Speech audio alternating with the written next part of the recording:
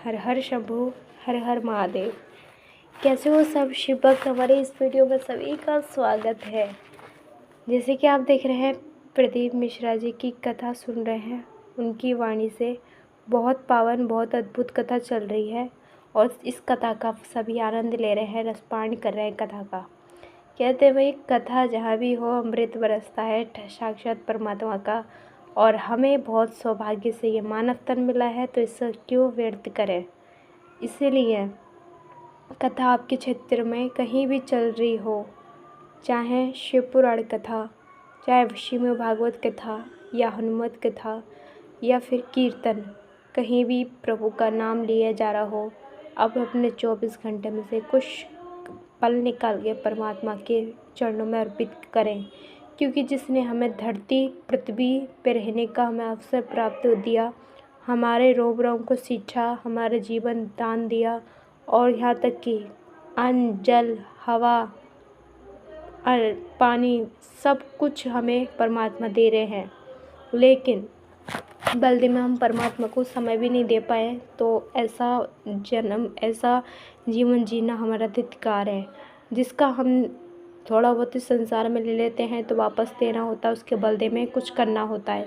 लेकिन परमात्मा ने हमें इतना कुछ दिया है और हम बदले में उनको याद करके उनको भोजन भी बिना खिलाए खा लेते हैं, उनको बिना याद करे पूरा दिन समय बिता देते हैं। ऐसे ये सबसे बड़ा अपराध है। जैसे ही प्रदीप मिश्रा जी शिव पुराण कथा में वर्णन करते हैं, हर चीज़ में एक लोटा जल सभी समस्याओं का हल।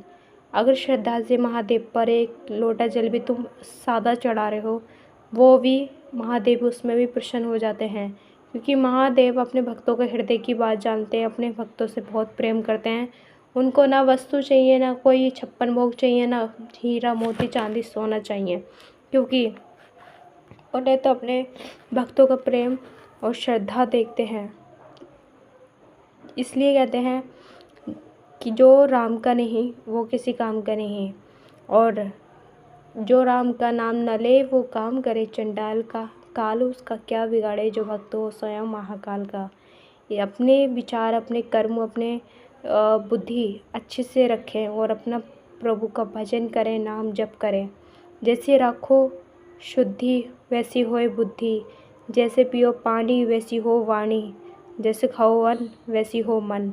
तो अपने खान पीन का और अपने सही सा ध्यान रखें, अपने स्वच्छता का, और ज़्यादा से ज़्यादा नाम जप करें, कथा सुने, भजन करें।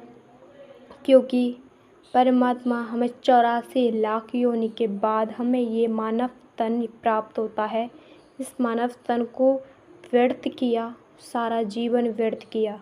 और जब तक धन को धर्म से न जोड़ दो, वो तुम्हारा किसी काम का नहीं है। अगर धर्म से जोड़ा हुआ है तो समझ लेना तुम्हारा हर किया हुआ कर्म तुम्हारा अच्छा होगा। इसीलिए कहते हैं संतों का सम्मान करें और अपने सभी भक्तों का जो भी अपने ध्यान से अपने ध्यान रखें। किसी भक्त का हृदय न दुखाएं और किसी को उल्टा सीधा ना बोलें, और ज़्यादा से ज़्यादा अपनी भक्ति में ध्यान लगाएं और अपना मन श्रद्धा से प्रभु कुछ भजें। कहते हैं ना, हमारे महादेव तो इतने बोले हैं कि अगर आधी रात को भी उनको मंदिर में जाकर घंटा बजा दो फिर भी अपने भक्त को वो देखते हैं। हमारे महादेव के लिए इतने प्यारे प्यारे कमेंट करें। प्रदीप मिश्रा जी, आपको कैसे लगते हैं, इनकी कथा कैसी लगती है, कमेंट बॉक्स में बताएं। और बहुत अच्छे लग रहे हैं। गुरुदेव पीले वाइट वस्त्र पहने हैं, लाल पटका पहन रखा है, मस्तक पर चंदन, गले में तुलसी की कंठ धारण, और बहुत सुंदर उनका सिंहासन मंच सजाया है। और हमारे नटखट प्यारे से लड्डू गोपाल उनके आगे विराज रहे हैं। सभी इस कथा में आनंद ले रहे हैं, सभी झूम रहे हैं और काफ़ी अच्छे से कथा करते हैं प्रदीप मिश्रा जी, जो काफ़ी भक्त आए हैं अपनी श्रद्धा से कथा सुनने के लिए और अपने हृदय में बहुत ज़्यादा प्रेम निकाय महादेव जी के लिए। अगर आप भी प्रदीप मिश्रा जी की कथा सुनते हैं तो कमेंट करके बताएं, और अगर नहीं सुनते हो, सुनना चाहते हो, तो आप आस्था से जुड़ सकते हो, जो कि अपने टाइमिंग से कथा आती है शाम को और सुबह को। तो आप जाकर इसमें देख सकते हैं टाइम क्या टाइम कथा चलती है इनकी।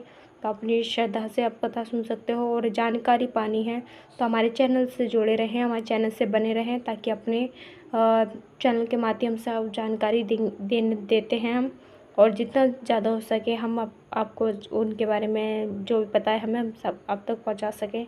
और कथा से जोड़कर आप अनिरुद्धाचार्य जी की कथा सुनना चाहते हैं तो उनकी कथाएँ भी आती हैं। देवकीनंदन जी से की कथा सुनना चाहते हैं तो उनकी कथा भी आती है।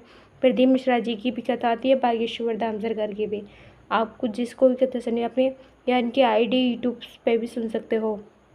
काफ़ी करोड़ों भक्त सुनते हैं इनको, सोशल मीडिया से भी बहुत ज़्यादा लाभ देखते हैं इनको, बहुत सुनते हैं। जो हर कोई कथा पंडाल में नहीं जा पाता तो अपने घर बैठे कथा का आनंद लेते हैं।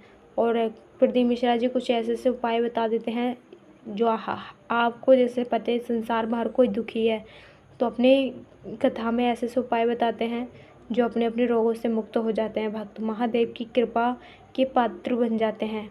और इतना ही नहीं, बेलपत्र महादेव जी को क्या चढ़ाना चाहिए, कुछ अपराध हो जाते हैं हमसे पूजा पाठ करने